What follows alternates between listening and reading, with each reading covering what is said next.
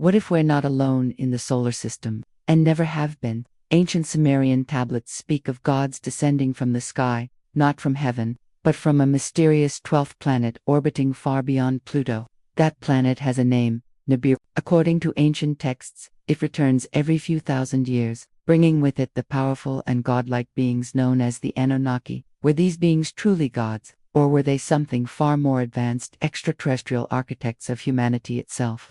This is not myth. This is the story that mainstream science is afraid to tell. The secrets of Nibiru may shatter everything we know about our origins and what's still to come.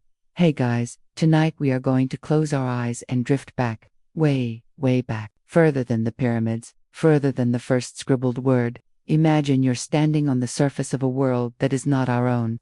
A faint, reddish sun hangs low in a bruised, purple sky, and the air you breathe tastes of dust and regret. The very ground beneath your feet seems to hum with a low, mournful frequency, a planet-sized sigh. This is a place of immense technological achievement and even greater desperation. And frankly, given the atmospheric conditions, you probably won't survive this. But hey, that's what makes it interesting. So, before you get comfortable, take a moment to like the video and subscribe, but only if you genuinely enjoy what I do here. It's always fun to see where everyone is listening from, so feel free to post your city and the local time in the comments below. I love seeing this little community stretch all across the globe. Now, dim the lights, maybe turn on a fan for that soft background hum, and let's ease into tonight's journey together. You are standing on Nibiru.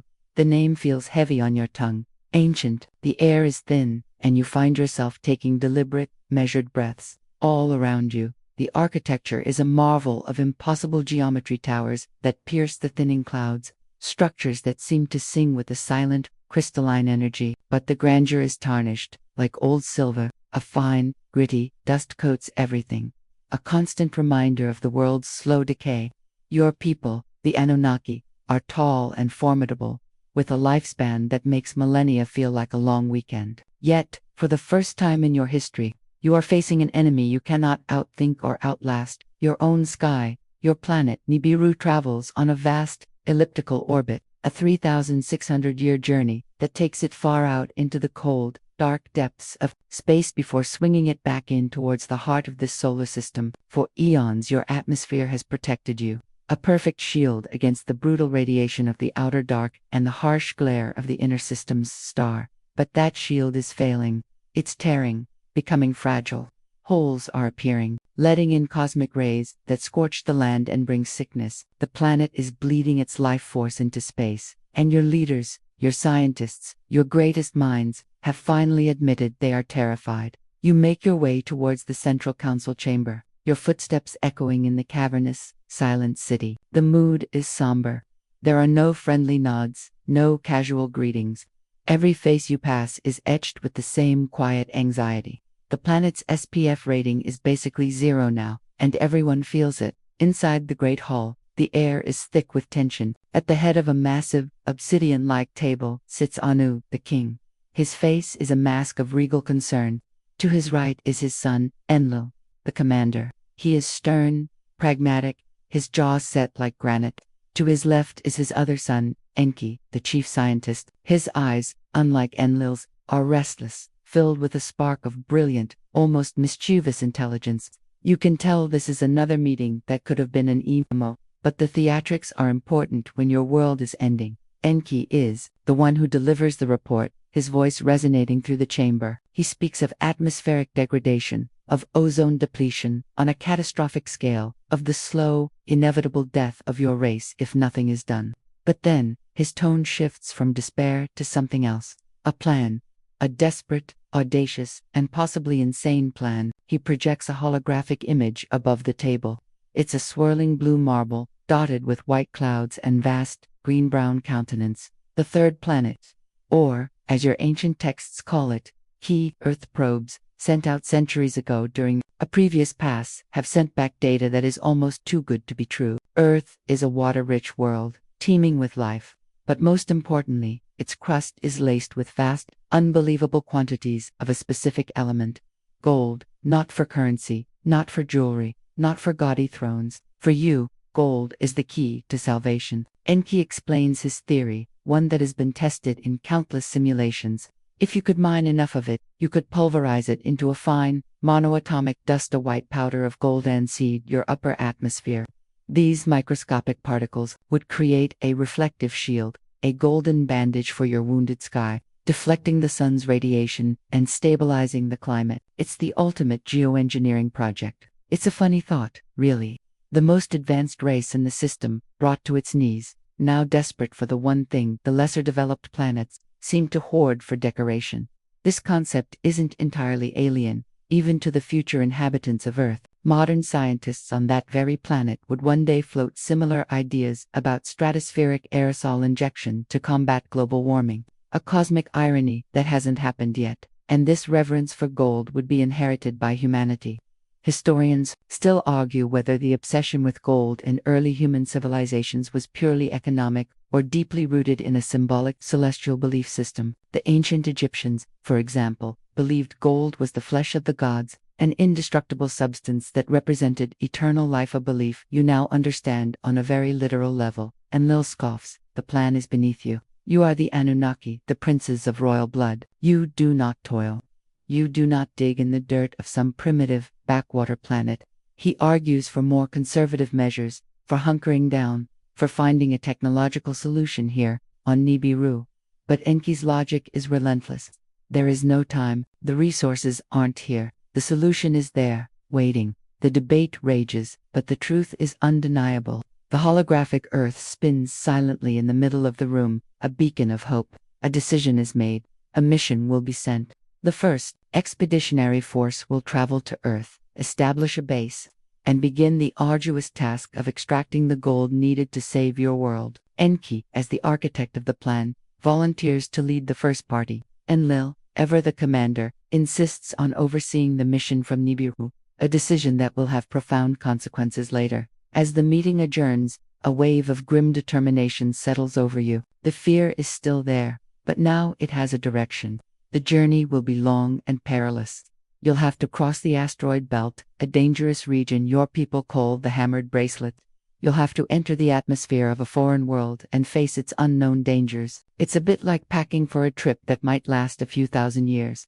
And you're wondering if you should pack the good towels or just buy some when you get there.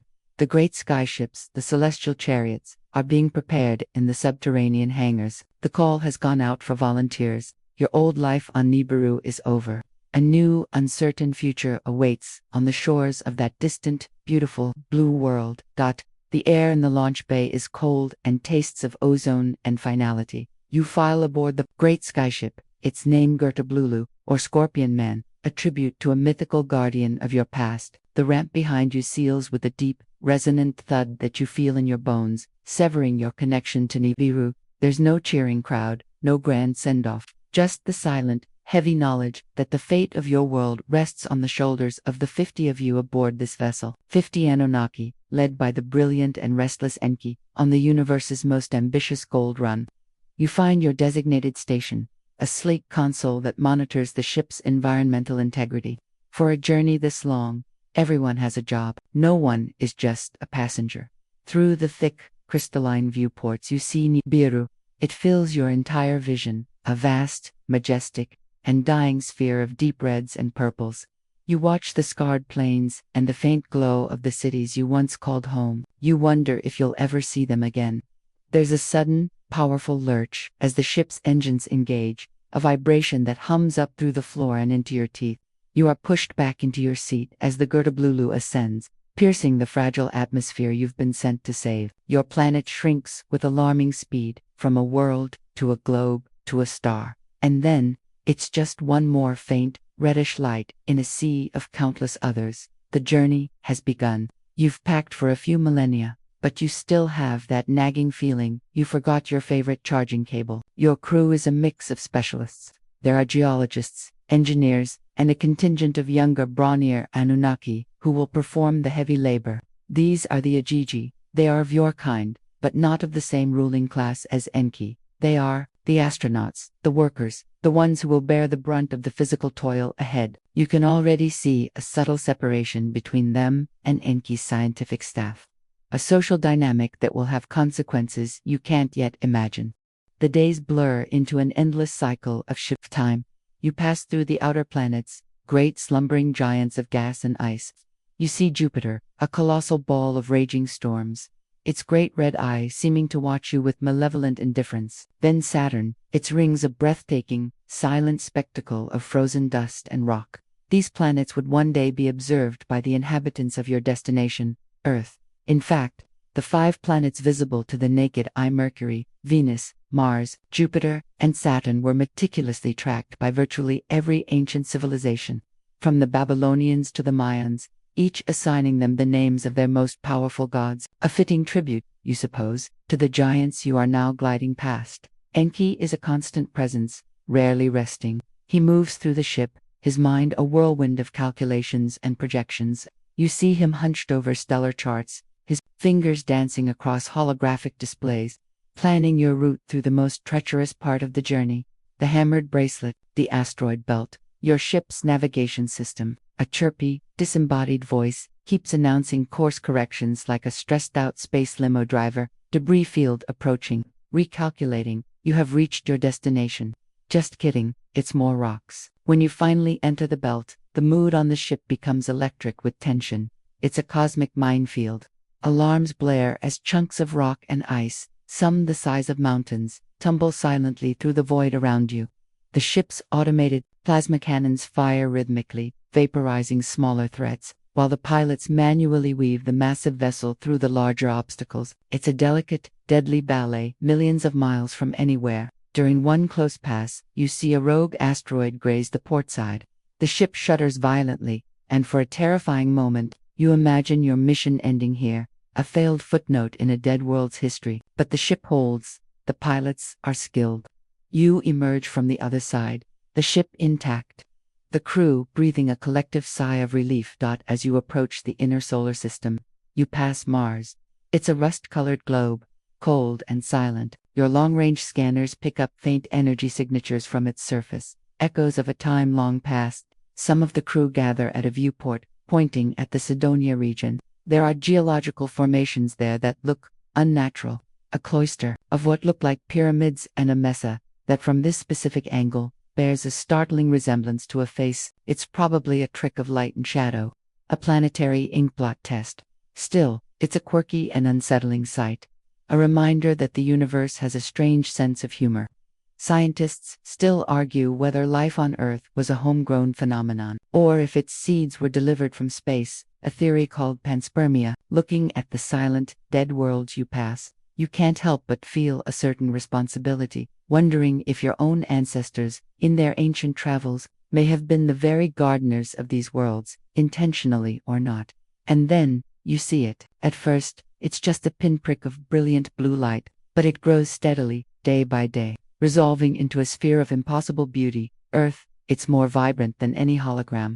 A swirling masterpiece of deep oceans, white clouds, and green-brown landmass. Scans confirm everything Enki predicted: a nitrogen-oxygen atmosphere, stable temperatures, and, most importantly, huge subterranean veins of gold. After the cold, sterile void of space and the oppressive red of your dying home, the sight of so much life, so much water, is overwhelming. It's a paradise. Enki makes the announcement.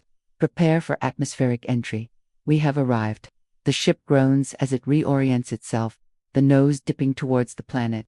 A low hum builds as the heat shields begin to energize, preparing to fight the friction of the atmosphere. You are strapped into your station, your heart pounding with a mixture of excitement and profound apprehension. You've crossed the solar system. You've survived the journey. But the real work, the backbreaking, world-saving work, is about to begin on the strange, primordial ground of the blue planet below. The ship screams as it tears through the upper atmosphere. Everything that isn't bolted down rattles, and the low hum of the engines builds to a deafening roar. Through the viewport, the serene blue marble transforms into a rushing, chaotic blur of white and brown. You feel a familiar, heavy pressure as the inertial dampeners struggle to keep up. Outside, the view is pure fire. A plasma sheath of incandescent orange licking at the crystalline windows. Enki remains calm, his eyes fixed on the forward projection, which shows your trajectory into a vast, fertile landmass nestled between 2 winding, powerful rivers. He targets a specific spot, a wide, flat plain, near the mouth of the rivers where they empty into a large sea, a perfect location for a base of operations. Eridu, home in the faraway. With a final bone-jarring shudder, the ship breaks through the cloud cover, the fire subsides, and you see the world below with stunning clarity. It's green, not the tired, dusty green of Nibiru's hydroponic farms, but a riotous, impossibly vibrant explosion of life. Forests thicker than anything you could imagine, plains of grass that sway like a verdant ocean, and the two rivers, the Buranon and the Idinawat. Future inhabitants will call the Euphrates and Tigris snake through the land like lifelines. This region, Mesopotamia, would one day be hailed as the cradle of civilization, a fact that would be less a coincidence and more a direct consequence of your arrival. The Gerdablulu descends gracefully now, its engines whispering. You can see herds of strange four-legged creatures scattering as your shadow passes over them.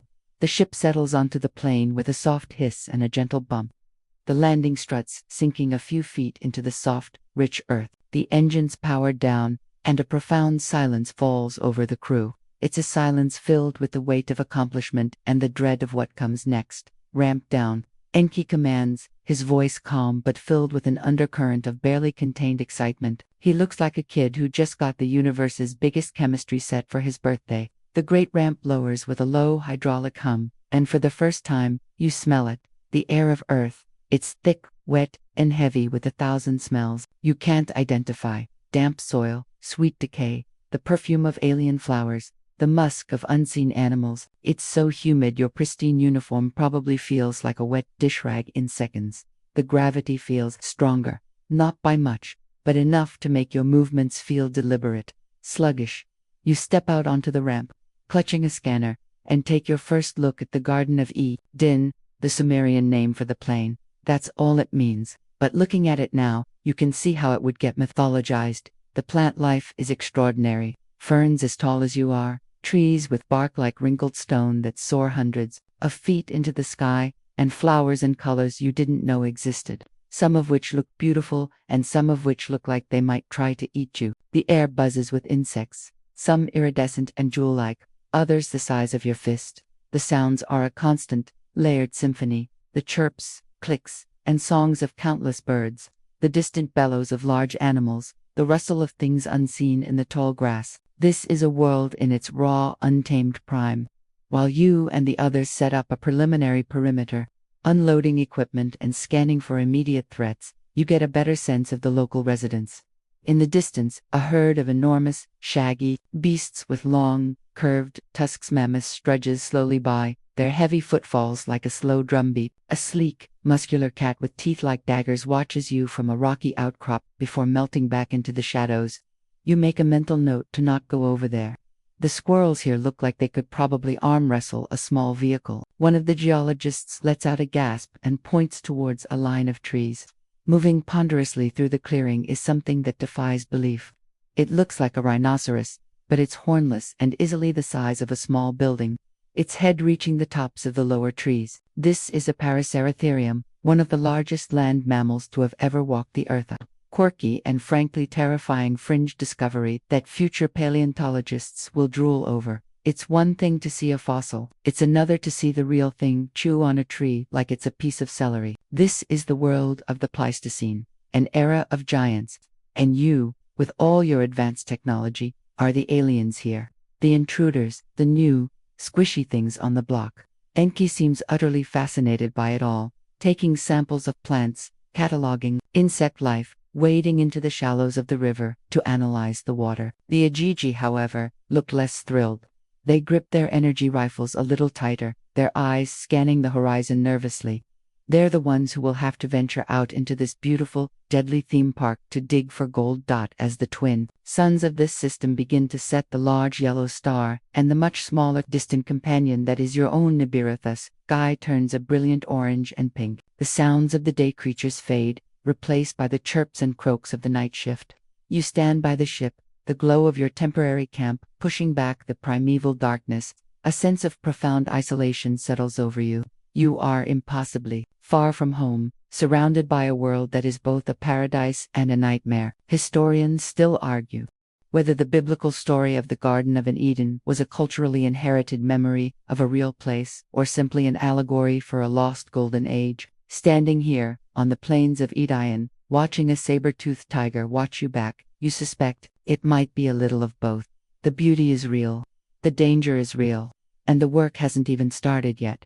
The initial euphoria of arriving on this vibrant world fades quickly, replaced by the grim reality of the mission. The gold isn't going to mine itself, while Eridu in Mesopotamia is established as the command center and scientific hub. Your version of Houston, the primary gold deposits are located thousands of miles to the south, on a vast, ancient continent that you call the Abzu. So, leaving a small team with Enki to manage the base, the bulk of the mission, including all of the Ajiji and you, are loaded onto smaller, atmospheric shuttles for the next leg of the journey. The lush greenery of the Fertile Crescent gives way to sprawling savannas and then rugged, mountainous terrain. It's a harsher, wilder land. You establish a new outpost, a mining town carved into a valley of red rock and blistering sun. The work begins almost immediately, and it is brutal. Your advanced technology helps, of course. You have laser cutters that can slice through bedrock and sonic drills that can pulverize stone, but the fine, delicate work of extracting the gold seams from the quartz and rock still requires hard, physical labor in deep, claustrophobic tunnels. This is the domain of the Ajiji. Your days become a monotonous, soul-crushing cycle. You awaken before the yellow sun crests the mountains, the air still carrying a deceptive chill.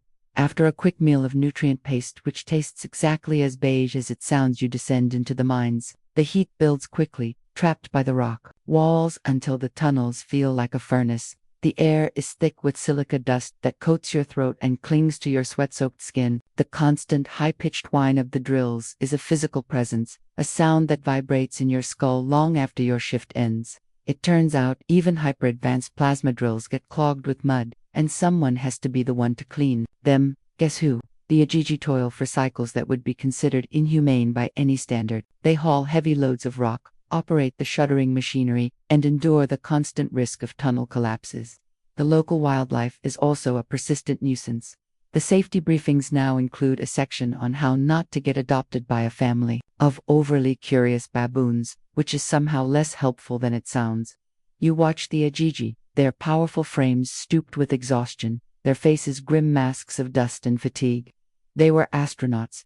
Now they are common laborers, and the indignity of it all hangs heavier in the air than the dust. The irony is not lost on you. Thousands of years from now, archaeologists will find primitive mines in this very region of southern Africa. The Lion Cavern in what will be called Eswatini, for instance, is a real place, dated to be over 43,000 years old. It's considered the world's oldest mine. Mainstream history says its early human inhabitants were mining hematite for red ochre pigment, for rituals and art. You know better. You know who the first miners really were. You begin to hear the whispers. At first, it's just quiet grumbling in the mess hall after a long shift, complaints about the food, the heat, the endless work, but the resentment is a seed, and it's being watered daily by their sweat and misery. They look at their hands, calloused and broken. They think of Enki and the science team back in the relative paradise of Edion, studying flowers and cataloging fish while they choke on dust. They remember the promises of a swift mission, but the quotas for gold keep increasing.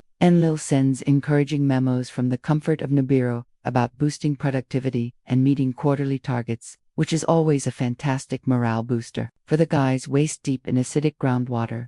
One day, on a survey mission, you stumble upon something strange. On a high plateau, miles from the mines, stands a circle of monolithic stones. They are weathered and ancient, clearly predating your arrival. Some of the stones are aligned in a way that seems to track the solstice and equinox, a massive, silent calendar. This place, which future fringe theorists will dub Adam's calendar, feels ancient and powerful. It's a disquieting discovery. You are not the first intelligent beings to take an interest in this continent, and it adds another layer of mystery and unease to your mission. What happened to the people who built this? And why did they leave? The Ijiji's discontent grows bolder. You see it in the way they look at the overseers, a flicker of defiance, a shared glance of solidarity in their misery. The laughter has stopped. The songs they used to sing of Nibiru are a distant memory. The only sound is the grinding of the drills and the grinding of their teeth.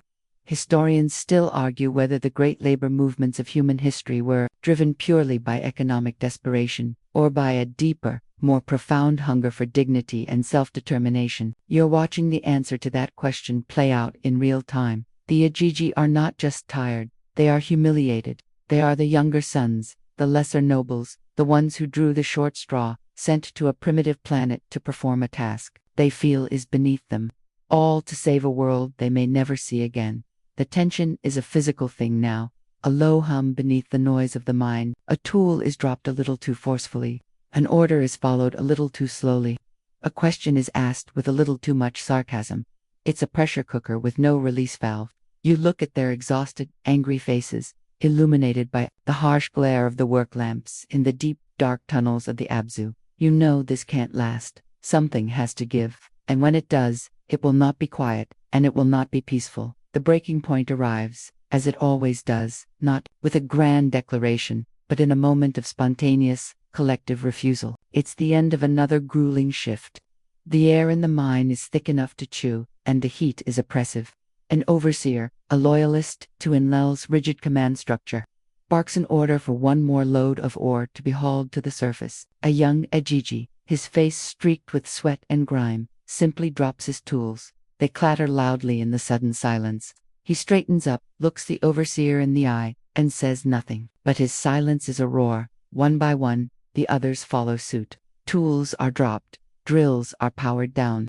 A wave of defiance sweeps through the tunnels. A silent, powerful mutiny born of sheer exhaustion and shattered pride. The overseer sputters, his threats turning to pleas, but it's too late.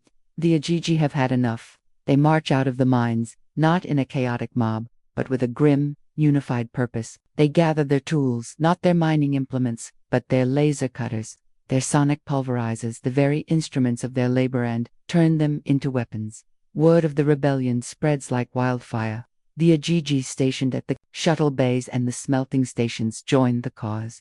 They set fire to their work encampments, the flames licking at the alien sky, a beacon of their fury. They shout their grievances into the night. We will not do this work. We will not spend our lives in the dust. Let the great ones do their own digging. It's a full-blown strike, an uprising of the gods. You find yourself caught in the middle, your loyalties torn. You understand their rage. You've shared in their toil.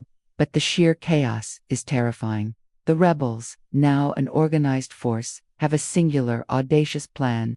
They will march on edict. They will take their grievances directly to Enki and confront the leadership. They commandeer the transport shuttles, the same ones that brought them to this hellish mining outpost, and set a course for Mesopotamia. The flight is tense, the air thick with the smell of ozone from their improvised energy weapons and the scent of revolution. You're on one of those shuttles, keeping your head down, observing. The Ijiji are no longer just tired workers. They are an army, fueled by righteous indignation. This isn't just a complaint to HR. It's a full-scale insurrection. Back in EDIN, the news arrives before the shuttles do. A panicked message from the few overseers who escaped. Enki is stunned, and Lil, communicating via a long-range Ansible from Nibiru, is predictably furious. His immediate response is to crush the rebellion, to make an example of the ringleaders, annihilate them.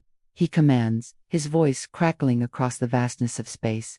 But Enki, ever the scientist and diplomat, urges caution. These are their people, their kin. To slaughter them would be a tragic waste and would solve nothing. Besides, who would mine the gold then? It's a classic management-labor dispute, just with higher stakes and much better technology. The Ajiji land there, shuttles in a ring around the main EDIN complex, effectively laying siege to the command center. They don't attack, not yet. They stand there, a silent, accusing army, their makeshift weapons glinting in the Mesopotamian sun. They surround Enki's home, the heart of the settlement. The standoff begins. Inside the command center, the mood is frantic. Enlil is raging, from light years away. Enki, however, decides on a different approach. He agrees to hear them out. Unarmed and flanked by only a few of his most trusted staff, he steps out to face the rebels. The leader of the Ajiji, a charismatic and Anunnaki named Allah, steps forward to voice their demands. He speaks of the endless toil, the broken promises, the sheer indignity of their forced labor while the greats sit in comfort. Historians still argue whether social hierarchies are a natural and necessary component of complex societies or an artificial construct designed to exploit labor. Watching Enki face down his own workforce, you see the raw, explosive power that builds when that construct is pushed to its breaking point. The confrontation is a pivotal moment in your history. It's a scene that would be mirrored in countless labor disputes throughout human history, but this one involves beings who could shatter mountains. Enki listens. He doesn't dismiss their complaints. He acknowledges their suffering.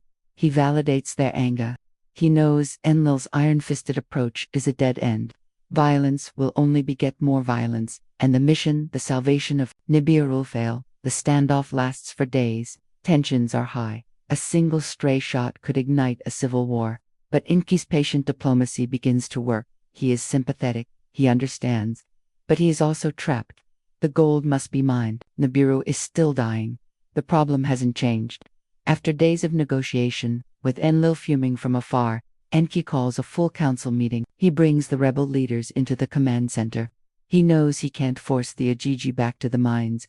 Their will is broken. Their loyalty shattered. A new solution is needed. A radical, creative, and frankly terrifying solution. It is in this moment of crisis, with the rebellion at a stalemate and the mission on the brink of collapse, that Enki unveils his map. His eyes gleam with that familiar spark of mad genius.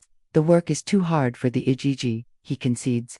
But what if we could create a worker, a being capable of understanding orders, strong enough for the labor, but not of our kind? He pulls up a holographic image. It's a bipedal, aptly creature that roams the plains of the Abzu, a primitive hominid, not very smart, not very strong, but adaptable. We have the technology, Enki says, his voice low and conspiratorial. We can fashion a primitive worker in our image. The idea hangs in the air, audacious and horrifying.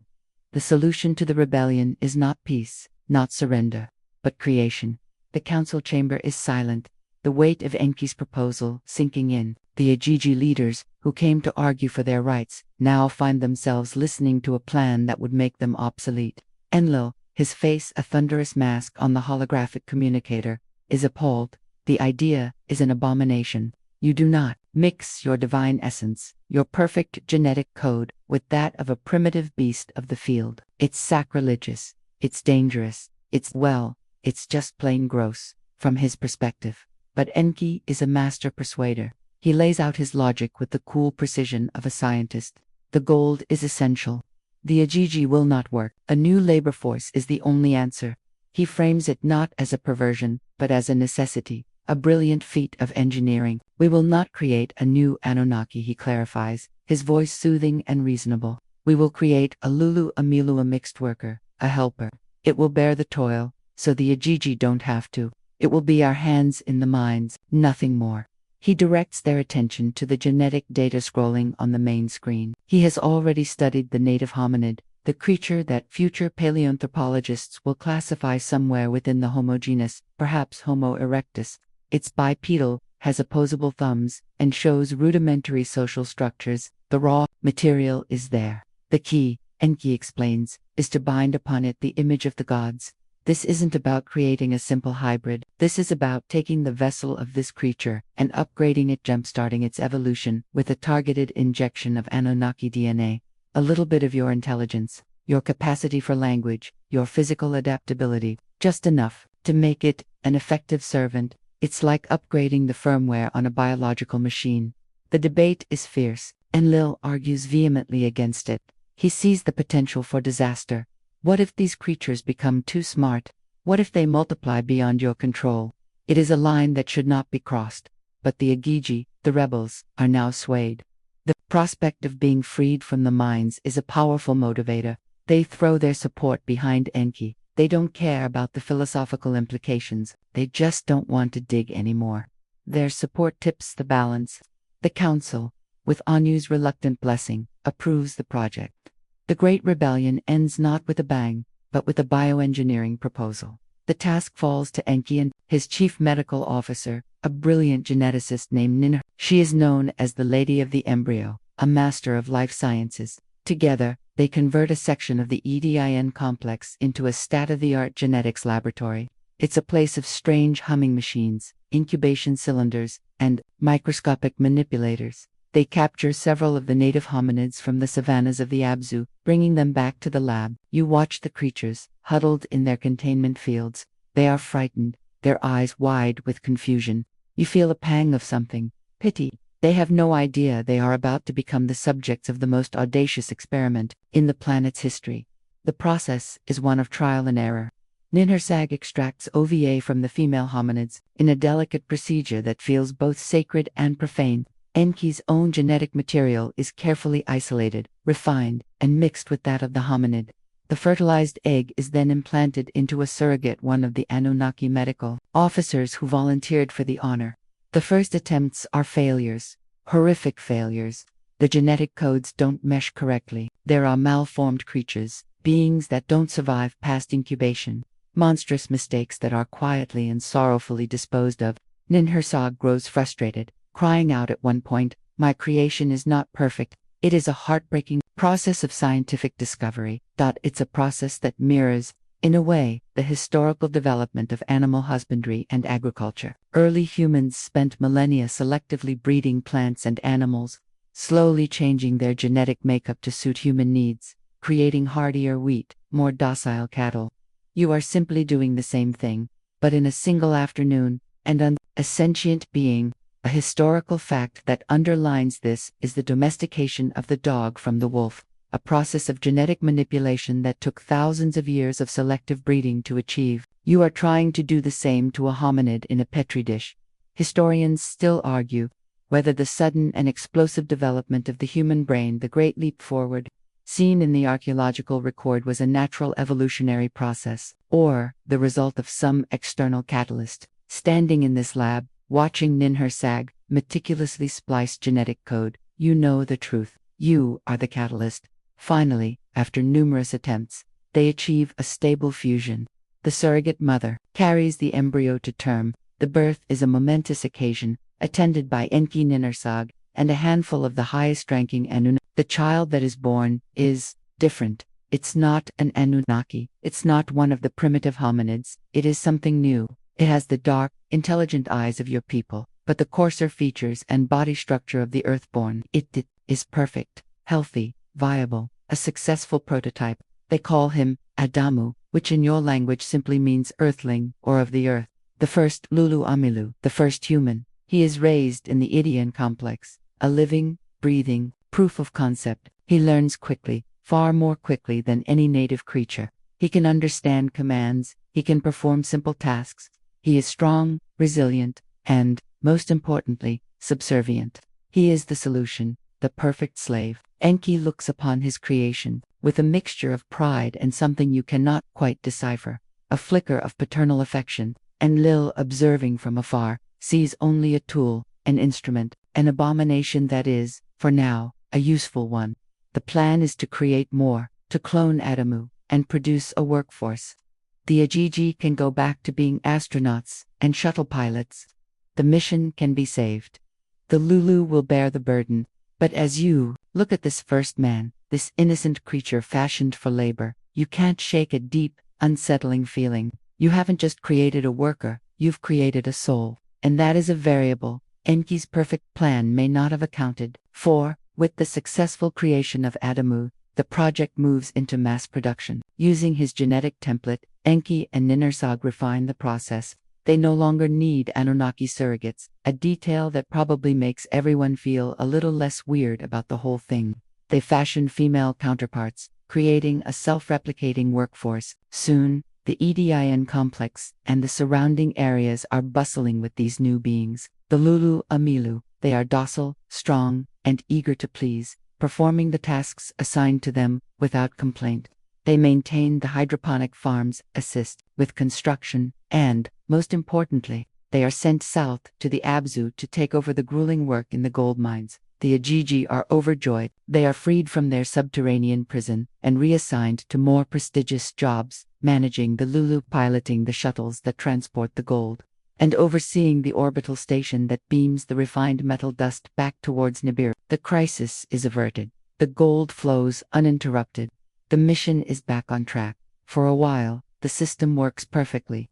The Lulu toil in the mines, the Ajiji manage them, and the Anunnaki leadership in EDIN focuses on science and logistics. You spend some time observing the first human, Adamu. He is treated differently from the others. He is kept in Eden, a kind of living specimen under Enki's direct observation. Enki seems to have a genuine fondness for his creation. He teaches Adamu more than is strictly necessary for a worker. He teaches him the names of plants and animals, the basics of irrigation, how to care for the gardens of Eden. There's a strange father-son dynamic between the brilliant, ancient god and the young, engineered man. Adamu is curious, his mind a sponge. He soaks up the knowledge, his intelligence blossoming under Enki's tutelage. This is where the problems begin. The Lulu are designed for labor, not for contemplation. But they are intelligent. They start to observe. They see the Anunnaki there, creators who do not toil. They see the incredible technology, the sky ships, the effortless power, and they see their own reflection in the water-strong, capable, but bound to servitude.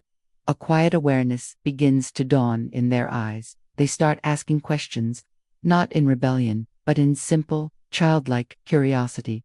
Why is the sky blue? Where do the sky ships go? Why are we here? This burgeoning consciousness makes Enlil deeply uncomfortable. He visits Earth to inspect the operation and is not pleased by what he finds. He sees Enki's pet Adamu and the other Lulu who are becoming Tisel. He views it as a dangerous flaw in the design. You have made them too much like us, he warns his brother. A tool does not need to know why it is a tool. He advocates for stricter controls, for limiting their knowledge, for keeping them purely as biological machines. This philosophical clash between the two brothers becomes the central conflict of the mission. Enki, the scientist, is fascinated by his creation's potential. He sees their developing intelligence as a beautiful, unintended consequence. Enlil, the commander, sees it as a threat to the entire operation, a ticking time bomb. The tipping point, as the old myths would one day tell it, revolves around the concept of knowledge. Not just facts and figures, but the knowledge of their own condition, the awareness of their own mortality, their own servitude, and their own potential. In the center of EDI, Enki has a private research grove, a place where he cultivates unique plants and conducts genetic experiments. Metaphorically, this is his tree of knowledge. He has forbidden the Lulu from entering, not because the knowledge is evil, but because he believes they are not ready for it. He wants to guide their development slowly, but some of the Ajiji, now idle and bored, see an opportunity for mischief. A small faction of them, still harboring some resentment and perhaps a little jealousy of Enki's pet project, decide to interfere. They approach the Lulu, whispering seeds of discontent. Why do you labor while they rest? Don't you know you are just like them? They are keeping secrets from you. The knowledge they have, they withhold. It gives them power. It's a classic case of disgruntled middle management stirring up trouble on the factory floor. They convince one of the Lulu, a female you know as Tiamat, to defy Enki's command and access his private data terminals. She, along with Adamu, who she coaxes into joining her, partakes of the forbidden fruit. Not a literal piece of fruit, but a stream of raw data. They see the truth of their creation.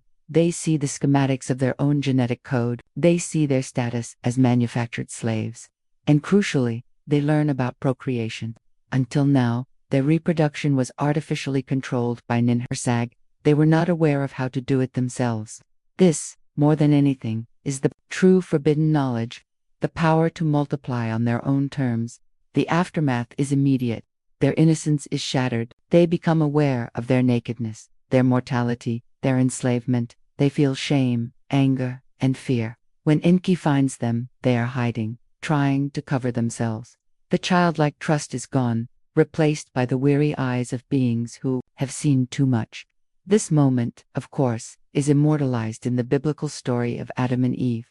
Historians still argue whether the story of the forbidden fruit is an allegory for the dawn of human consciousness, sexual awakening, or agricultural knowledge. For you, it's all of those things rolled into a single, catastrophic data breach. Enlil is furious.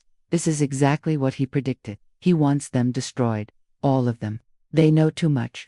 They will breed like vermin and overwhelm the planet. Enki, heartbroken and guilt-ridden, argues for their lives. It was not their fault. they were manipulated. He has grown to love these beings, his children. He cannot let them be destroyed. The Anunnaki Council is thrown into turmoil, their house now deeply and irreconcilably divided. The fallout from the forbidden knowledge incident is swift and decisive. Enlil, seizing the moment of crisis, asserts his authority. A council is convened, with Anu presiding from Nibiru via the Ansible. Enlil presents his case with cold, military logic.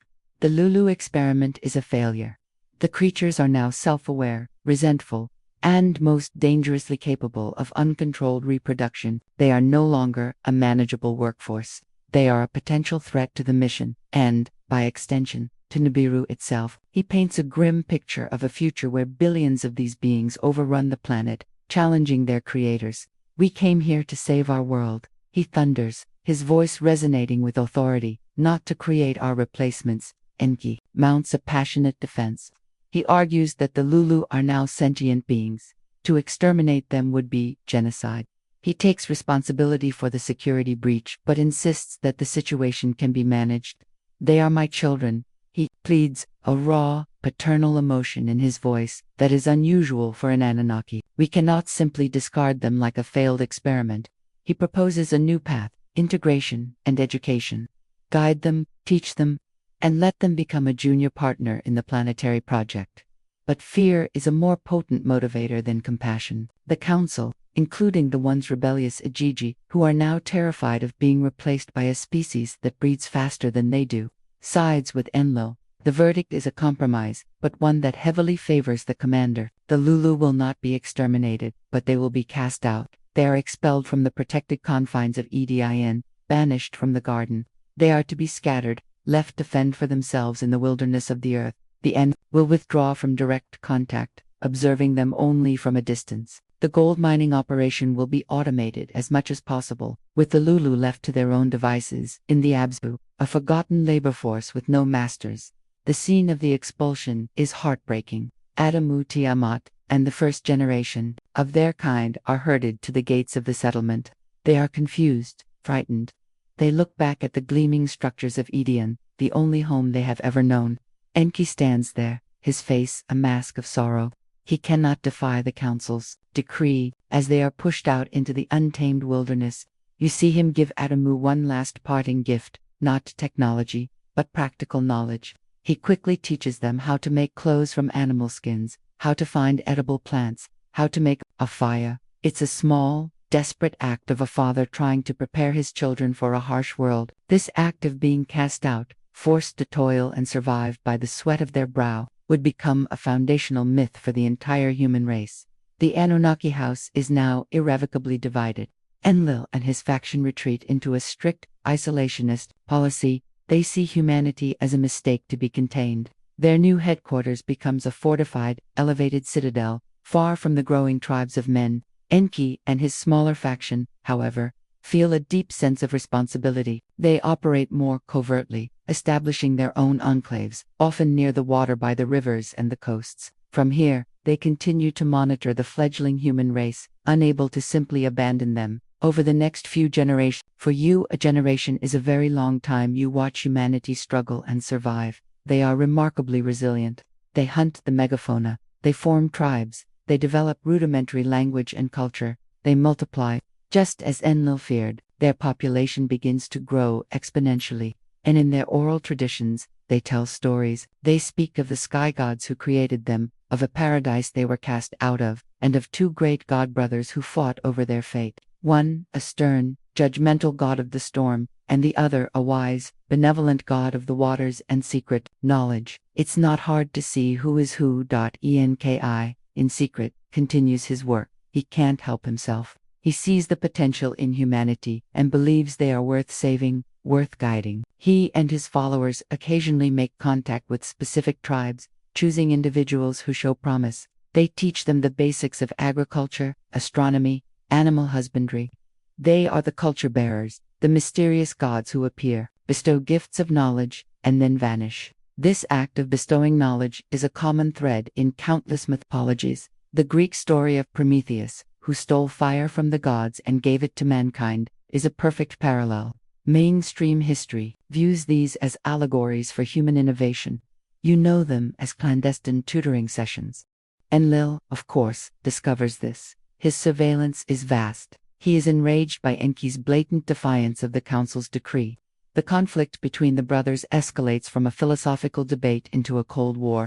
They conduct their affairs through proxies, using different human tribes as their favored children. You see competitions arise. Whose tribe can build a better village? Whose can cultivate more grain? It's a bizarre, planet-wide sibling rivalry with humanity as the playing field. It's a bit like two kids playing a real-time strategy game, and you're the little pixelated character chopping wood. This division among the gods is reflected in the developing human pantheons. Many early religions have two distinct types of gods: the harsh, sky-dwelling deities, who demand obedience and punishment, and the chthonic, earth and water gods, who offer wisdom and craft. Historians still argue whether this dualism reflects a natural human psychological need to reconcile the harshness and beauty of nature, or if it represents the merging of different cultural beliefs. You know it's the result of two very different management styles. From your quarreling bosses, the tension builds over centuries, and Lil's patience with the human experiment is wearing thin. He sees their burgeoning numbers, their occasional wars, their noise as an annoyance that is growing into a plague. He begins to formulate a final solution, a way to wipe the slate clean and end his brother's meddling once and for all. He is just waiting for the right opportunity, a planetary-scale event that he can use to his advantage. And Liel's opportunity arrives, not by his own hand, but from the inexorable, cyclical mechanics of the cosmos. Your home planet, Nibiru, is once again approaching its 3,600-year perihelion, its closest pass through the inner solar system. For you, this is a time of great significance, a chance for renewed contact and massive resource shipment back home. But for the Earth, it is a harbinger of doom. The immense gravitational pull of a planet the size of Nibiru, passing through the inner system, is a catastrophic event. It destabilizes orbits, triggers seismic activity, and, most critically, it exerts a tremendous tidal force on Earth's oceans and ice caps. Your scientists have been monitoring this for centuries. They know what's coming. The gravitational influence will cause the massive Antarctic ice sheet to slip from its continental shelf and crash into the Southern Ocean. This will trigger a displacement wave of unimaginable scale, a global tsunami, a great flood that will scour the continents and wipe out almost all terrestrial life. It's a natural, cyclical cataclysm. But for Enlil, it is a gift. A perfect, divinely sanctioned excuse to be rid of the human problem forever. He convenes the Anunnaki Council. His argument is simple and chilling. The deluge is inevitable. It is a natural disaster. All they need to do is nothing.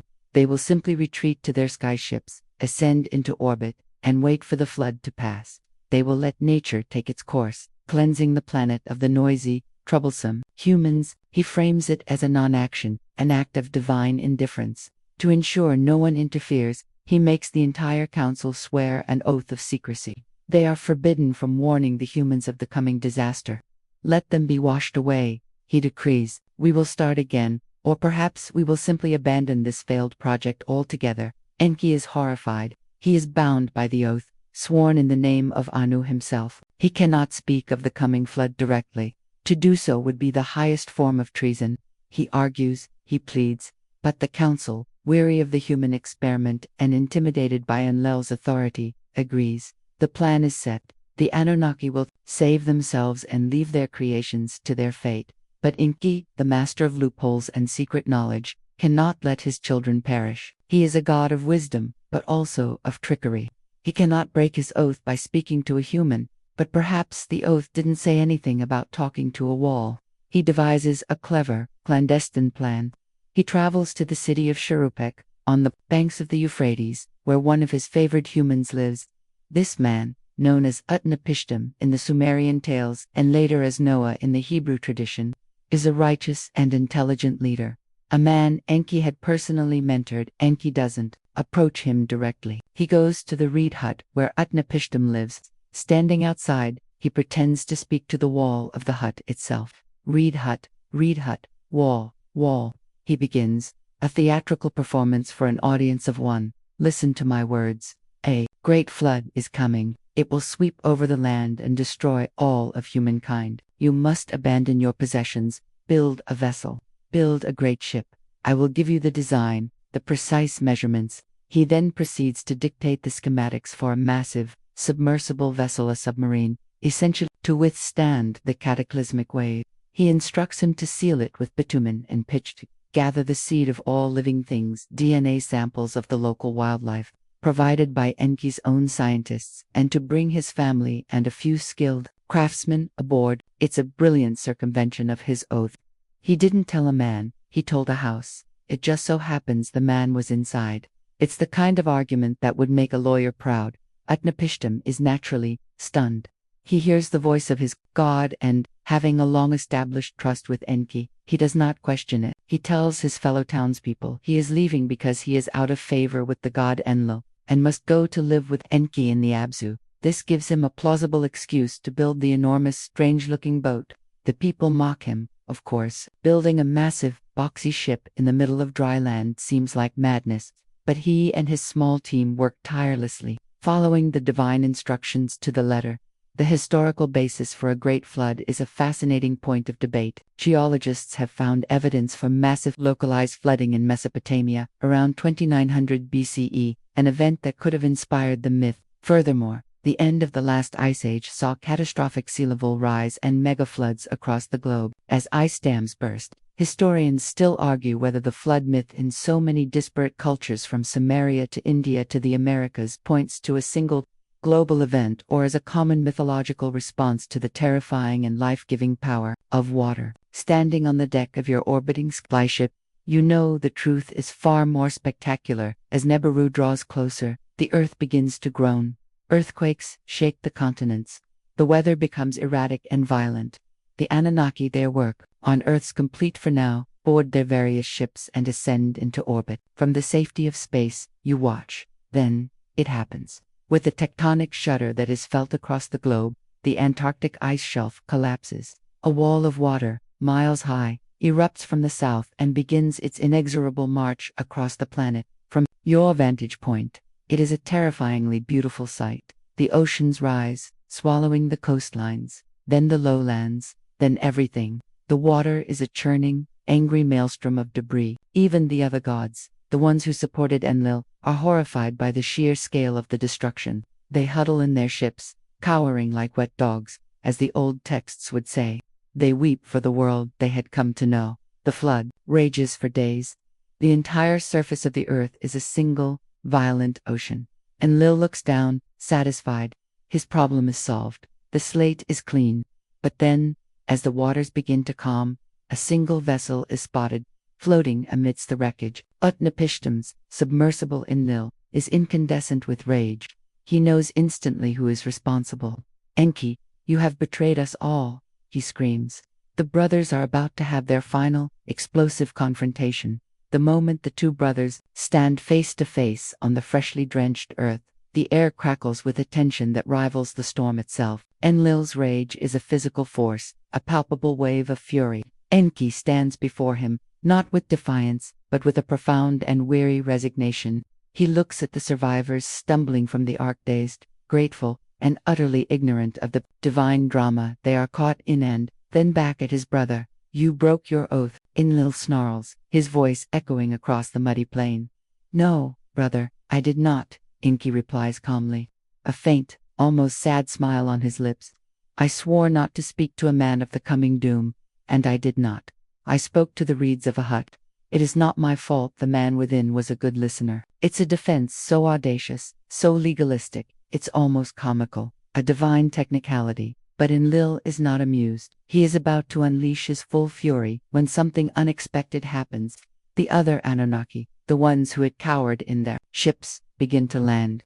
They look at the small pocket of survivors, at the endless sea of devastation, and they are not triumphant, they are shaken. Ninhursag, the great geneticist, openly weeps for the children of her creation that were lost. Even the Ajiji, who had once feared humanity's rise, look upon the scene with a kind of sober respect. They survived. Against all odds, the little abominations survived. Enki presses his advantage. Was this truly the answer, brother? To erase everything. Look, life remains, hope remains. The seed is preserved, we can rebuild, but not as before. We must do it right this time. The mood of the council has shifted. The cold, abstract decision made in orbit feels very different now, standing on the silent, muddy ground, and Lil, ever the pragmatist, sees he has lost the political will to enact any further punishment. He cannot destroy the survivors now without looking like a monster to his own people. So, he does what all great commanders do when faced with an unwinnable battle. He changes the objective. Very well, he announces, his voice still hard as flint, if they are to remain, they will not be left to their own chaotic devices. They need order, they need structure, they need a chain of command. It is in this moment, on the shores of the New World, that Enlil invents the concept of kingship. He declares that humanity will no longer be a scattered, tribal species. They will build cities, they will have rulers, and these rulers, this new class of kings and priests, will be chosen by the Anunnaki. They will serve as the designated intermediaries, the bridge between the gods and mankind. It's a brilliant move of political control, a way to manage the human project by installing a permanent management class. The king's duty will be to enforce the god's will and ensure the flow of resources and reverence from the populace. This is the origin of that famous historical artifact, the Sumerian king list.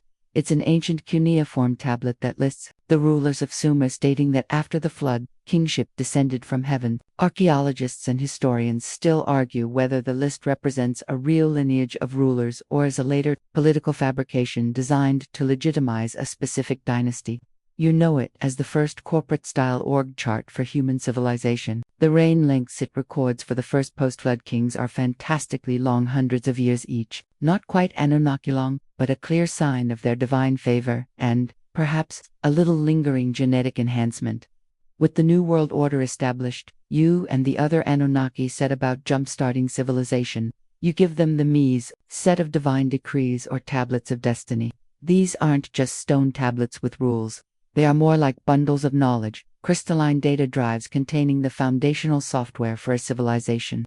You gift them the secrets of city planning, of law, of advanced agriculture, mathematics, medicine, and writing. You hand humanity the keys to the kingdom, a full civilization's starter pack, conveniently leaving out the part about their origins as a slave race. The first cities rise from the mud. Kish, Uruk, your great ziggurats, stepped pyramids of mud brick, are built, reaching towards the heavens, less as places of worship and more as official administrative centers and landing platforms for the gods. For a few centuries, you walk among them, the great teachers. You are the Apkallu, the seven sages who brought wisdom to the post-Diluvian world, a quirky fringe belief that some scholars connect to myths of fish-garbed wise men. But your time on Earth is drawing to a close. The primary mission, the acquisition of gold to save Nibiru's atmosphere, has been a success. The systems are now in place for humanity to manage itself. Your presence is no longer required. The departure is gradual, a slow fade rather than a sudden goodbye. You stop interfering directly. You appear less and less often. Your visits become the stuff of legend.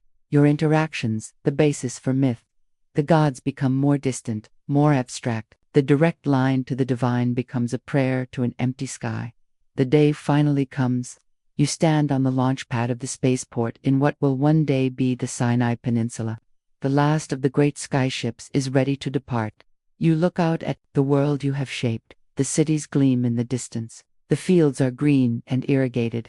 Humanity is on its way, for better or for worse. You take one last look, one last breath of the thick terrestrial air, and board the ship. With a silent, powerful thrust, you ascend, watching the blue marble shrink beneath you. Just as you watched your own red world shrink so long ago, you leave behind a legacy of gods, a planet full of engineered children, who will now write their own history, forever haunted and inspired by the faint, nagging memory of the giants who came from the sky. And so, the great skyships return to the void, leaving the world to the quiet hum of its own becoming. The age of direct intervention was over, replaced by the age of memory, of myth, of stories etched into clay by hands that were themselves fashioned from the dust of stars, and the ambition of gods, the clamor of the feuding brothers, the roar of the deluge, the whine of the mining drills, all of it faded, softening into the whisper of the wind across the ziggurats and the rustle of reeds by the riverbank. Humanity, now alone, looked up at the sky and saw not the faces of their creators, but a canvas for their own dreams and fears. They built, they loved, they fought, and they wrote stories, always stories, trying to piece together the great, fragmented memory of where they came from. The gods were gone, but their echo remained, a permanent part of the human spirit, a silent, sleeping gene of greatness and of servitude. As you lie here now, let the echoes of this ancient story fade. Let the weight of millennia dissolve into the gentle darkness of your room. The great cosmic drama is over. The sky is quiet. The earth is safe in its orbit, spinning peacefully through the night. There is nothing left to do now but rest, to let your own mind drift into the silent, stardusted space of your own dreams, to a place far beyond the reach of kings and gods. Just quiet, just calm, just sleep. After exploring ancient Sumerian texts, forbidden theories, and the mysterious orbit of a hidden planet, one truth becomes impossible to ignore. The Anunnaki may not have been mythical gods at all, but advanced beings from a distant planet known as Nibiru, a 12th member of our solar system long erased from modern astronomy. They came with power, they came with purpose, and according to some ancient records, they came to create us. Are we truly the first intelligent species on Earth, or the product of something far older and far more alien? The story of Nibiru and the Anunnaki isn't just ancient history, it may be the key to our future. Thank you for watching. If this shocked you, share the truth, subscribe for more hidden knowledge, and prepare for what's coming next.